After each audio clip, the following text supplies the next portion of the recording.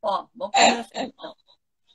Gente, boa noite a todos. Eu sou a professora Gabriela, professora dos cursos de comunicação e de educação aqui do Centro Universitário Unimetcamp. E eu gostaria, primeiramente, de agradecer à faculdade por ceder mais uma vez um espaço para um debate. O debate de hoje, o nosso tema de discussão, será nutrição e alimentação. Nós temos aqui uma convidada muito especial, que é a Silvia. E a Silvia, ela é nutricionista com mestrado na área de saúde e vem atuando em temas como educação nutricional, saúde e educação, segurança alimentar, gestão de unidades de alimentação e nutrição, e atua como assessora e consultora técnica na área de alimentação coletiva. E é coordenadora do curso de nutrição aqui do Centro Universitário Unimetrocamp. Então, muito bem-vinda, Silvia. Muito obrigada por sua presença. Muito obrigada a todos aqui que estão participando. Vocês podem mandar as suas perguntas e eu vou endereçá-las todas à professora Silvia. Silvia, e eu começo com uma pergunta, tá? Não vou começar com a do chocolate. O chocolate vai ficar para depois, tá? Falar de alimentação, Silvia, está na moda, né? Há uma quantidade muito grande de informações que estão disponíveis a todo momento. Isso pode, isso não pode. Antes não podia, agora pode. Antes, né, o alimento era permitido e agora não é permitido. Essas informações todas que estão disponíveis e que nós podemos acessá-las a qualquer momento, isso nos ajuda ou piora ainda mais a nossa escolha? Qual que é a sua opinião sobre isso? Bom, boa noite, Gabi. Boa noite a todos que estão aqui com a gente, compartilhando aí esse momento. E também agradeço a Unimetrocamp também por propiciar, né, vários encontros que estão sendo bem bacanas e acho que bastante produtivos, né, Gabi, mesmo com o pessoal que nos dá apoio aí da comunicação, né? Pois é, eu acho que essa história de muita informação, isso pode, isso não pode, inclusive isso na área de nutrição gera várias piadas nas redes sociais há muitos anos, que você acha que sabe bem, que é do tipo, né, uma das mais conhecidas não vou lá, não vou me consultar com um nutricionista porque vai dar muito trabalho, né? Eu vou ter muito trabalho, vou ter que comer, vou ter que comprar, picar, lavar, um monte de legumes, eu não tenho tempo, né? E uma outra piada recorrente também, que acaba acontecendo há muito tempo, é exatamente essa tanta informação que a gente tem, é muita informação, que aí também é aquele tipo, né? Agora pode, isso não pode, o vilão da vez é o ovo, não, não é mais o ovo, o vilão, ele agora é bacana, come manteiga, não come manteiga, aí vem o sal do Himalaia, se o meu pão não tem, né, assim, aquela farinha do Himalaia também, ou dos Andes, né, não é um pão bom. Então, eu acho que isso acaba gerando, né, o que muito bem colocou aí muito tempo uma nutricionista, que é a Sophie Derram, que ela chamou todo esse movimento, né, de pressão, de informação e informação equivocada em terrorismo nutricional. E é isso que a gente vive, na verdade, né? Eu acho que ela cunhou muito bem essa expressão, né, de terrorismo nutricional quando ela colocou dessa forma, né? As pessoas acabam ficando mesmo paranoicas com tanta informação de certa forma, uma pressão em você seguir um padrão, né, de dieta. Então, a dieta low carb, a dieta, né, que não, então exclui tudo isso, e é a cetogênica, que é bom para tudo, o famoso jejum intermitente, que, na verdade, são estratégias nutricionais, né? Então, é claro que, dependendo da situação, a gente vai se utilizar de algumas chamadas dietas mais restritivas, mas com um objetivo específico, né? Então, eu nem crucifico algumas estratégias que várias colegas e vários colegas trabalham, mas muito bem subsidiados do ponto de vista da ciência da nutrição, né, Gabi? Entendi, entendi. Então, e uma É um outra pouco questão, disso. Uma outra questão, Silvia, é a respeito da rotulagem, de rótulo. E é uma questão que tem muito a ver comigo, porque eu gosto muito de olhar rótulo, para falar a verdade, e eu percebo que essa cultura de tentar buscar informação no rótulo, buscar avaliar, né, rótulo, então buscar lá as informações a respeito de açúcares, gorduras, carboidratos, calorias, etc. Isso é razoavelmente recente. A gente pode falar de uma cultura, né, razoavelmente recente. Se a gente pensar que isso não existia 20, 30 anos atrás, né? Estou pensando em mim, 20, 30 anos atrás, para falar a verdade, eu nem sei se havia rótulo nas embalagens ou se essas informações eram disponibilizadas, né? Ali com as gorduras, os açúcares. Eu não tenho essa memória de muitos anos atrás, de décadas atrás. E aí a pergunta é a seguinte: que dicas você daria para a gente ler bem um rótulo? Em que a gente deve prestar atenção no rótulo? Essa questão do rótulo, você tem razão, né? Eu acho que isso aconteceu, né, de uns anos para cá, as pessoas passarem a falar mais sobre isso, a discutir mais sobre isso, até porque a gente tem um sério problema com relação à rotulagem de alimentos, que são informações pouco claras, né, numa linguagem assim muito técnica, com identificação de substâncias que as pessoas olham aquilo é javanês, né? E uma outra questão que também tem acontecido, que essa discussão voltou muito à tona, Gabi, é exatamente por conta das novas diretrizes da Anvisa, que estamos aguardando aí com bastante ansiedade, que é justamente, eles abriram para consulta pública, que é se repensar a questão das informações nutricionais. Então, assim, para simplificar aqui, né, para quem está ouvindo a gente, e não necessariamente acompanhou essa discussão, mas é um verdadeiro embate, né, entre a indústria de alimentos, os interesses da indústria de alimentos e os órgãos de classe, os profissionais da área da saúde, principalmente os da área da nutrição, né, o Carlos Monteiro, que foi, inclusive, né, um dos idealizadores do Guia Alimentar para a População Brasileira de 2014, e que venceu aí uma barreira enorme, um lobby tremendo para divulgar e conseguir implantar o guia em 2014. E ele é um guia alimentar, Gabi, que é elogiado mundialmente.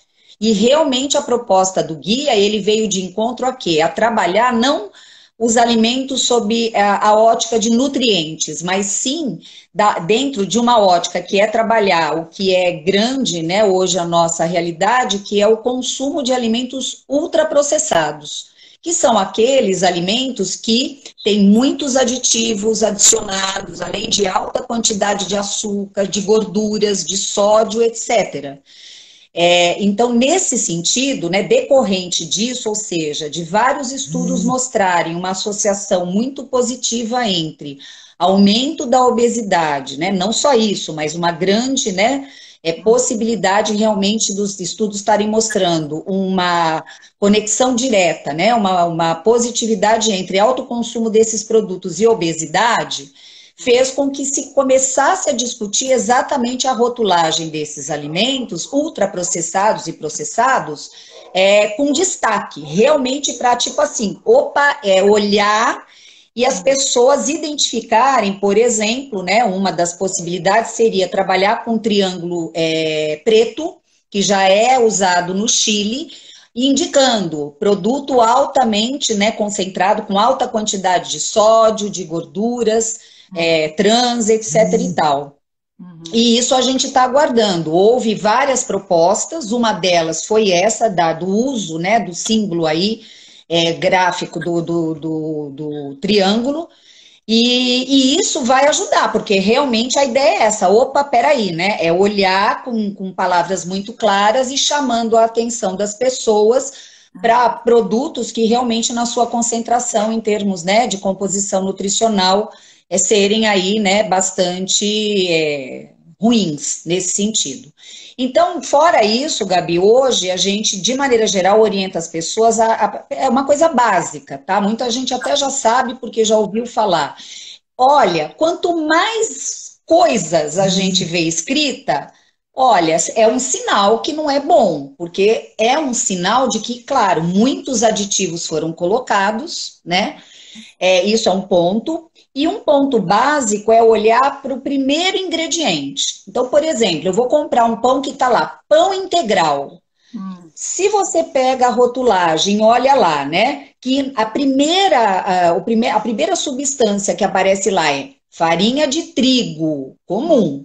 Depois vem a farinha de trigo integral, é claro que ele tem muito mais farinha processada do que a farinha íntegra, né? Que é a integral. Outro ponto que a gente deve chamar atenção e costuma falar para as pessoas, de maneira geral, é que, por exemplo, um composto como o açúcar, um alimento como o açúcar, ele vem com outros nomes químicos. Então, primeiro é açúcar, na forma simples, açúcar, açúcar. Aí vem maltodextrina, aí vem mel. Então, assim, é muita quantidade de açúcar nas suas formas variadas, entendeu? Então, esse é o problema também que a gente, na prática, acaba orientando de modo geral as pessoas. Entendi. Porque eu vejo, Silvia, que o rótulo ele tem um caminho educativo, né? Eu acho que Sim. é um saber que as pessoas precisam adquirir, inclusive com uma força da escola, né? Você precisa ter um mínimo de em compreensão de economia doméstica, precisa ter um pouco saber aí sobre questões de componentes de poluição, mas aí a gente na área aqui de nutrição, de alimentação, é um saber. Desde criança, as pessoas precisam desenvolver essa ideia de que é possível escolher, avaliar, né? Então, eu acho que o rótulo ele entra um pouco nessa linha. É um instrumento importante de educação nutricional, mas você pegou um ponto legal, que é a questão da educação, dos hábitos alimentares com relação às crianças, né? Inclusive a Érica, né? Nem sei se ela já saiu, mas a Érica, que é professora do curso, ela fez até uma das lives, né? Não diretamente com a Unimetrocamp, mas falando muito disso, né? Nessa questão do envolvimento das crianças, né, em relação aí dentro da dinâmica familiar, pensando nisso, quer dizer, não é jogar para a escola uma função que, na verdade, é compartilhada com a família. E assim, uma coisa que eu sempre falo para os alunos, né, ela está aqui, ó, a Érica está aqui. E ela trabalha muito isso. Então, essa questão, né, que com relação às crianças, eu falo muito para os alunos em sala em educação nutricional o seguinte: falei, gente, já falaram para vocês que comer é muito ruim? Aí eles olham assim, mas como, né? Eu falei, então, é tão ruim que, na verdade, desde sempre, os cuidadores, os responsáveis, falam assim para a criança na hora da alimentação: come tudo, que se você comer tudo, eu te dou uma sobremesa. Então, a mensagem que é passada é essa na prática, né? Nossa, então, para eu poder, eu tenho que comer, não é bom, né? Porque ela vai me dar um prêmio, né? Ou um castigo, né? Come tudo, porque senão você vai ficar sem o acesso aí ao videogame, o que seja, né? Ao computador. Então, essas mensagens subliminares, né, Gabi, acabam acontecendo também, né, dentro da dinâmica familiar dessa forma, e sobra para a escola o ônus de se trabalhar a educação alimentar e nutricional, né, como se fosse dela, ó, vocês dão um jeito aí, porque em casa eu não estou conseguindo, né? Então é bem complicado isso também, né? Olha lá, ela está dizendo. Moeda de troca, é o que moeda de troca, exatamente que a Érica está colocando, exatamente isso, né? Como se comer fosse uma moeda de troca e entra a questão emocional, né? Perfeito. Era sobre isso que eu ia falar. Como que você relaciona comida e afeto? Porque você fala de emoção e era a minha outra questão, né? Afinal de contas, a gente não come só para matar a fome, né? Há outros envolvimentos aí com alimentos. Então, eu queria que você falasse um pouquinho sobre isso, Silvia. Nossa, esse assim, eu acho que essa é uma área assim, muito complexa, né? E que, na verdade, eu falo que exige a gente tratar o problema alimentar, né?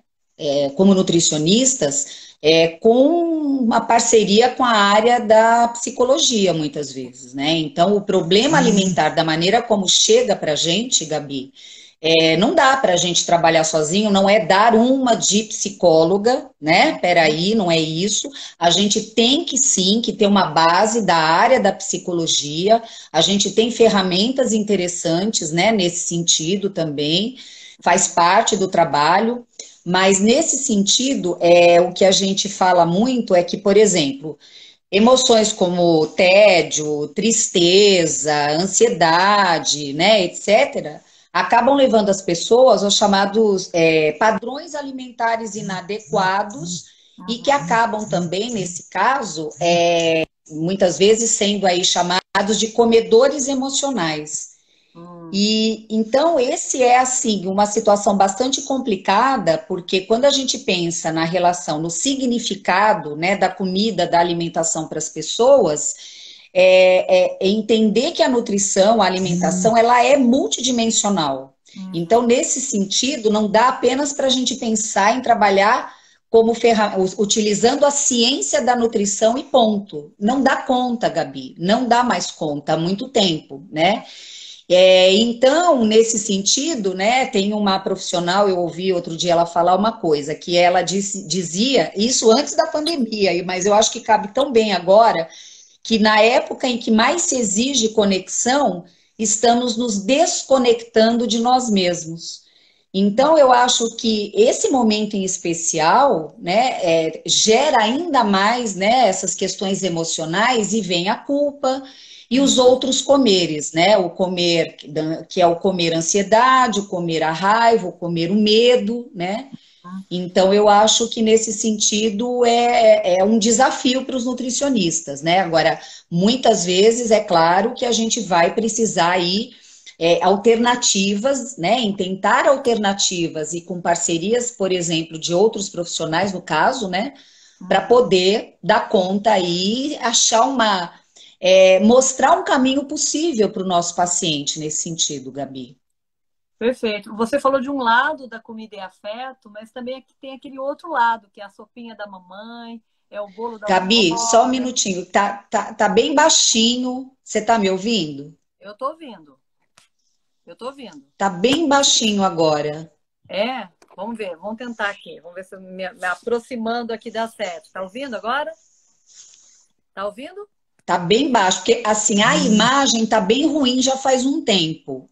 Ixi, a minha aqui, não, aqui tá boa, não tô Tá fazendo. normal? Aqui tá normal. Não sei se é passageiro. Tá, eu me aproximo aqui para te ouvir, então.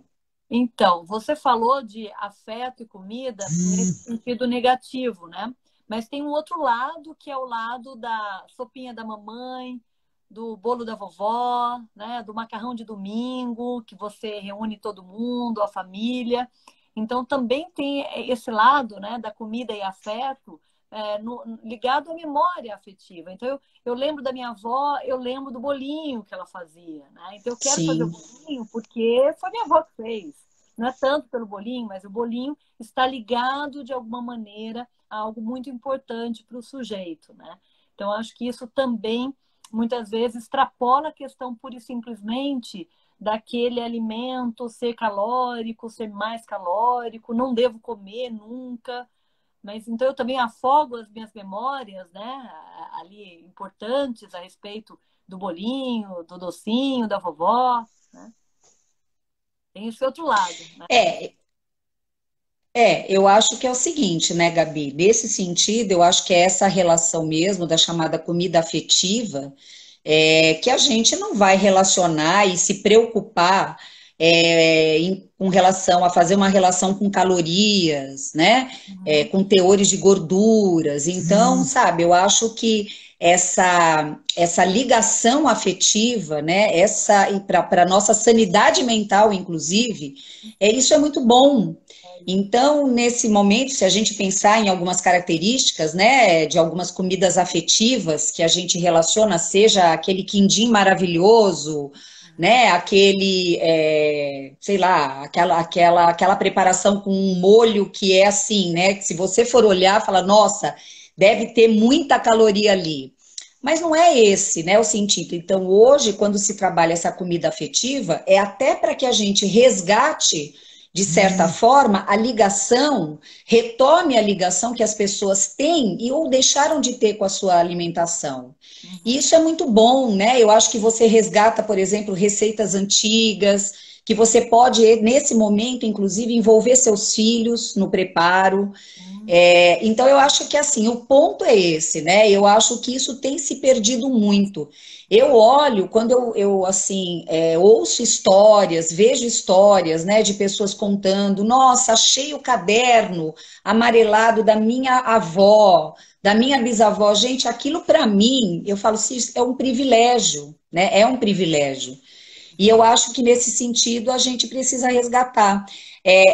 Assim, quando a gente para pensar, é tão absurdo, né? A gente pensar assim, hoje não, né, na pandemia, mas assim, gente, vamos comer fora uma comida caseira? Oi? Vamos sair para comer a comida caseira, né? Então, eu acho que nesse sentido é muito bom você ter esse privilégio de poder resgatar, né? Essa chamada comida afetiva, porque na verdade você acaba comendo afeto, né? Que é o significado que a comida te traz, né? Perfeito. Isso é muito bom. Isso é muito bom. Ô, Silvia, e você está falando aqui sobre essa história da comida caseira, sair para comer comida caseira, que é um paradoxo, né? Mas eu pensei que agora, durante a pandemia, Nossa, a Gabi tá bem baixinho, tá ó, bem vamos lá, baixinho mesmo. vamos ver assim, agora, durante a pandemia, vê se melhorou. Melhorou. Então, durante a pandemia, se é que a gente pode tirar alguns pontos positivos desse confinamento há mais de 100 dias, a gente pode dizer que a pandemia nos convidou à cozinha, né? Então, acho que tem um ponto aí, justamente porque estamos em casa, mais tempo em casa, então tem sim lá o iFood, tem lá o delivery, mas também tem as pessoas indo para a cozinha, né? É um ponto interessante. Aqui em casa, por exemplo, a minha filha de 12 anos aprendeu a fazer arroz, que é muito difícil, diga-se de passagem. E a pequenininha de 7 anos aprendeu a fazer completo um cogumelo refogado, completo. Cortar, papapá, ir lá, refogar, completo. E isso foi justamente por essa proximidade. Todo mundo perto do fogão, tem que fazer comida, tem que sair a comida, então todo mundo vai lá e vai ter que se mexer e essa comida vai sair, né? Então, eu acho que, de alguma maneira, essa pandemia ela acabou nos levando à cozinha. O que você acha sobre o preparo de alimentos? A importância. Mas é bem interessante. Agora, essa semana saiu uma pesquisa da BBC, divulgada pela BBC, pegando várias partes, alguns países, que, por um lado, a pesquisa mostrou isso, então, parte, né, dos entrevistados afirma ter melhorado a sua alimentação em casa, nesse momento de confinamento, só que, por outro lado, também os resultados mostraram o inverso, que é o consumo, o aumento do consumo de alimentos ultraprocessados, enfim, né, alimentos aí não tão interessantes. Isso só, né, aí uma colocação apenas dessa pesquisa para citar. E agora eu acho que, assim, de maneira geral, eu percebo um movimento positivo nesse sentido, Gabi. Então, assim, nesse sentido, você ter essa possibilidade de você estar com as crianças, claro que não é fácil, não adianta também a gente falar que é tudo, né? Aquela família que dá tudo certo, ninguém fica estressado, não, não, é só, né? A oitava maravilha do mundo, você, né, com os seus filhos ou a sua filha, que seja cozinhar, não, não é não. Mas eu acho que nesse sentido, algumas iniciativas que eu tenho visto de famílias conhecidas, isso realmente tem sido muito bacana. Então, por exemplo, relatos como o seu, isso eu tenho ouvido também de pessoas conhecidas acompanhando, né, no Instagram da vida e tal. Isso eu estou achando muito bacana. Então, isso também as redes sociais têm propiciado. Então, quando vários alunos nossos têm postado assim bastante, muitas coisas, né, bacanas em termos de preparo, né? E a Érica está colocando aqui. É. Então, isso eu acho legal, viu, Gabi? Isso Tá. tem acontecido, por isso que eu falo, né? Naqueles momentos, né, que estão tanta coisa ruim acontecendo, mas eu acho que alguns resgates na família têm acontecido. E essa possibilidade de envolver as crianças, isso tem acontecido de uma maneira mais interessante. Que bom, eu acho que isso vai, na minha opinião, render frutos muito bons e que vão chegar na escola. Quer dizer, é um processo inverso. Olha, agora isso está sendo resgatado em casa. E quando Uhum, as aulas, né, voltarem aos poucos, voltando, eu uhum. acho que isso é interessante também nesse movimento aí, trazendo para a escola uma coisa boa, né, Gabi? Bacana. A Érica estava dizendo aqui porque a Érica é que ensinou a Alice a começar a cozinhar, viu? A Érica foi a professora da Alice, da minha menorzinha. Ah, é por É, isso. começou com a Érica, começou com a Érica. É verdade, mas é isso que eu falo, né? Tu faz toda a diferença, né, Gabi? Quando a escola tem esse entendimento, faz parte do projeto pedagógico, trabalhar as oficinas de culinária como instrumentos de educação nutricional. A Érica, assim, eu acho que o trabalho dela, sem dúvida, né, tendo o respaldo, como ela sempre teve lá na Uhum. escola, é fantástico. Ah, Fantástico mesmo. bacana. Ô, Silvia, tem mais uma questão. O que que você acha disso? Ó, na quarentena, uma das poucas coisas que podemos fazer sem peso na consciência é ir ao supermercado. Então, estamos lá confinados, em casa, apartamento, e temos que fazer compras, né? Você acha que isso tem algum impacto na relação das pessoas com a compra de alimentos? Quer dizer, a nossa disposição ela é um pouco diferente neste momento da pandemia. Você acha que isso pode ter algum impacto? Pois é, eu acho o seguinte, Gabi, na minha visão, eu acho que isso pode trazer duas coisas bastante é,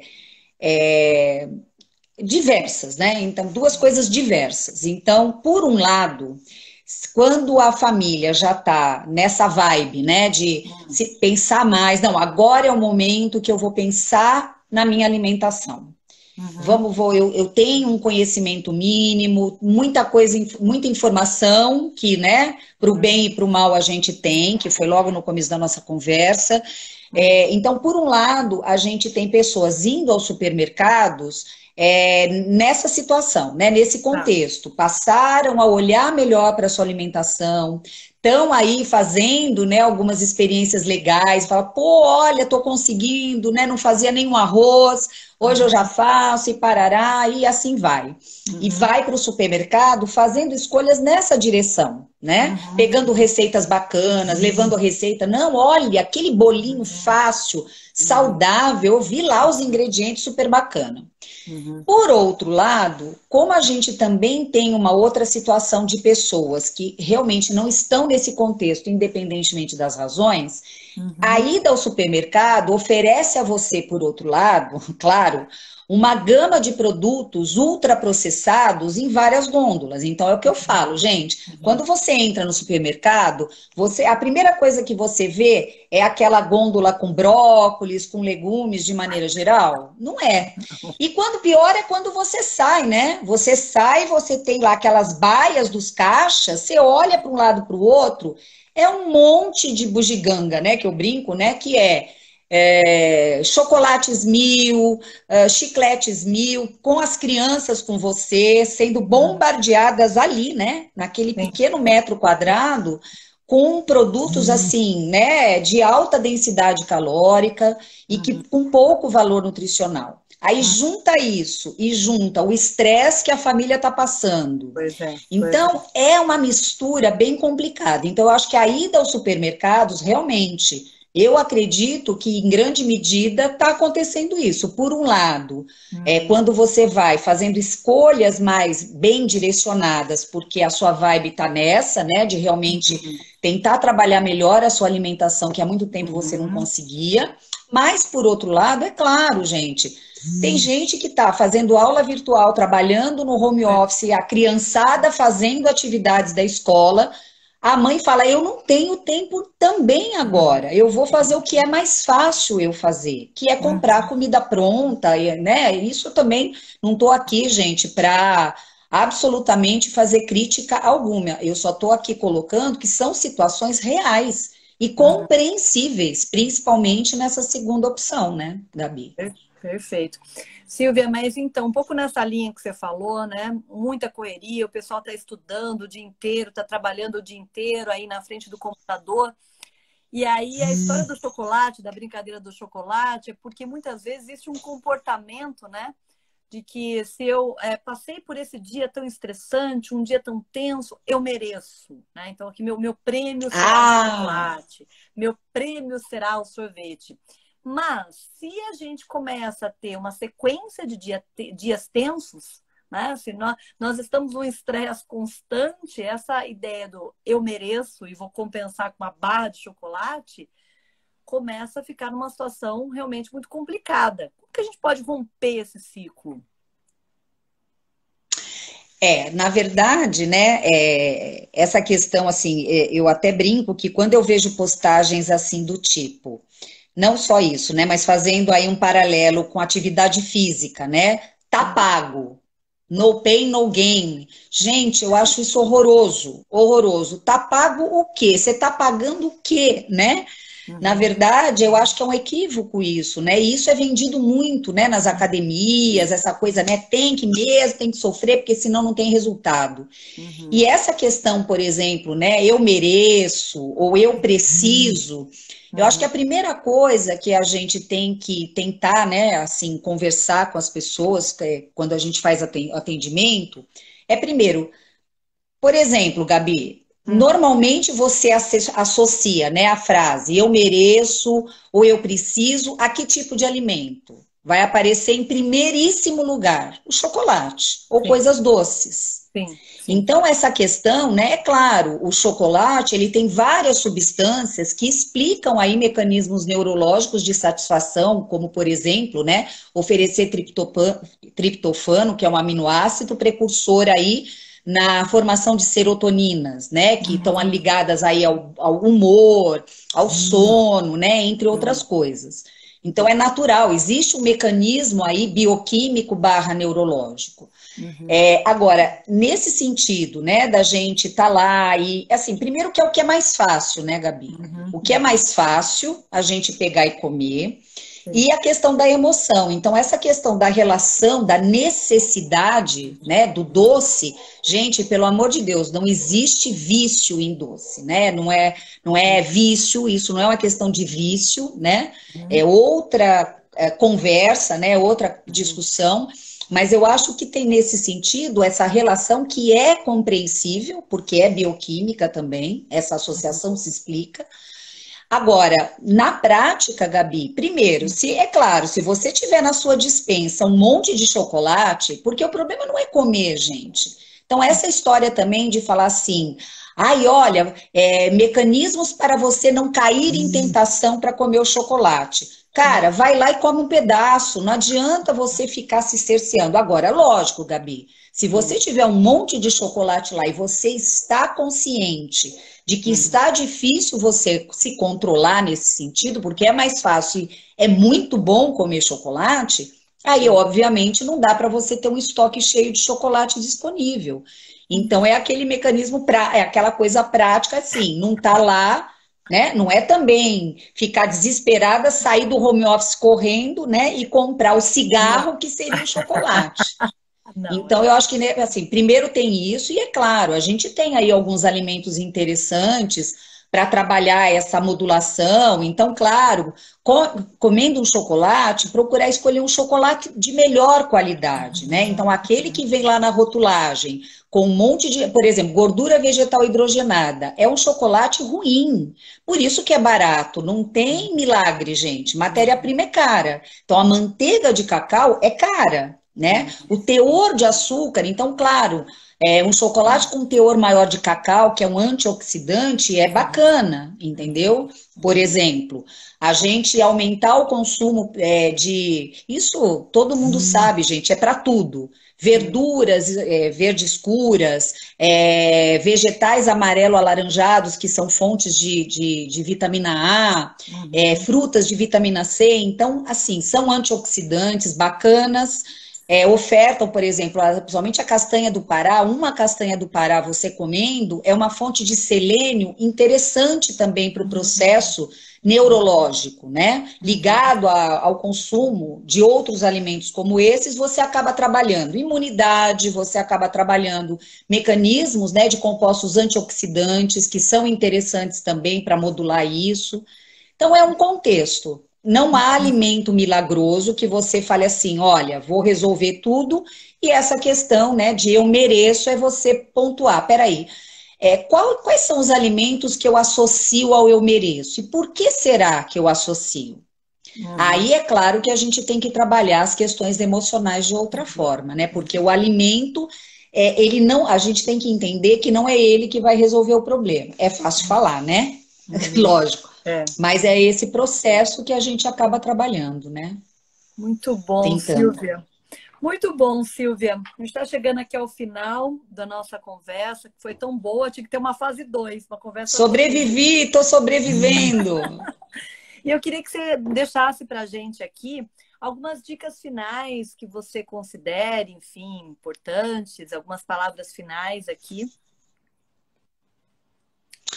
Então, eu acho que, assim, tem uma nutricionista, aliás, não é só uma, né?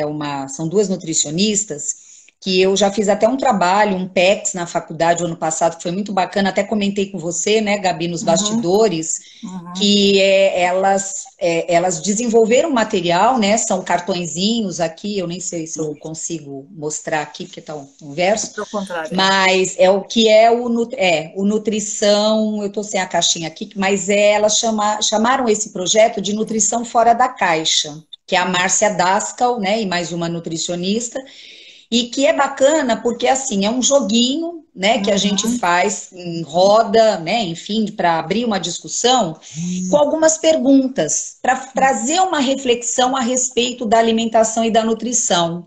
Então, por exemplo, uma pergunta como: o que você pode melhorar, ou o que você pode fazer ainda essa semana para melhorar a sua alimentação, por exemplo, né? Sabe, algumas perguntas como essa, quando você come o seu alimento favorito, quais sentimentos ele desperta em você? Sabe, é fazer alguns resgates nesse sentido. Então, o outro que a gente estava falando agora há pouco, né?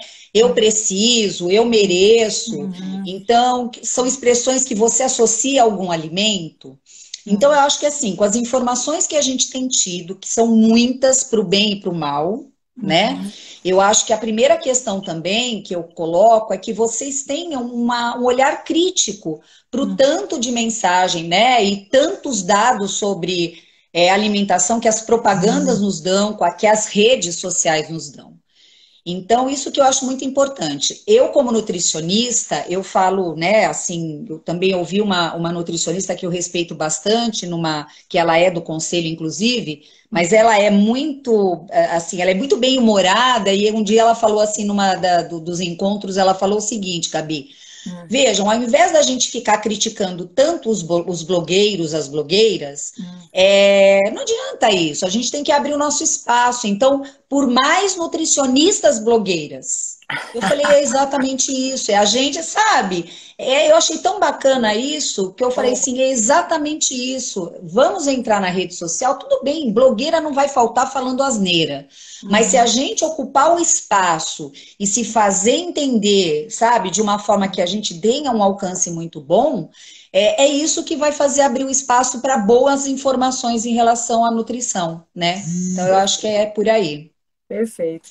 Muito bom, viu, Silvia? Adorei a nossa conversa, viu? Foi uma conversa bem produtiva que eu acho que até a gente pode gerar aí um segundo bate-papo. Ficou aí, sei lá, ficou um gostinho de quero mais. Mas muito obrigada, Silvia, por sua participação. Todo mundo que participou, o Anderson apareceu aqui, a Érica apareceu, né? Muita gente falando aqui. Muito obrigada por vocês terem participado. E eu aproveito para convidá-los para a nossa próxima live, que será na quinta-feira. Próxima quinta-feira, com Raquel Bessa, sobre marketing de varejo, às 8 horas. E aí nós teremos, durante julho, sempre às quintas-feiras, às 8 horas, sempre um tema diferente na área de comunicação. E é isso, pessoal. Muito bom. Ficamos por aqui, então. Obrigada, Silvia. Tchau, tchau. Obrigada, Gabi. Obrigada a todos que participaram.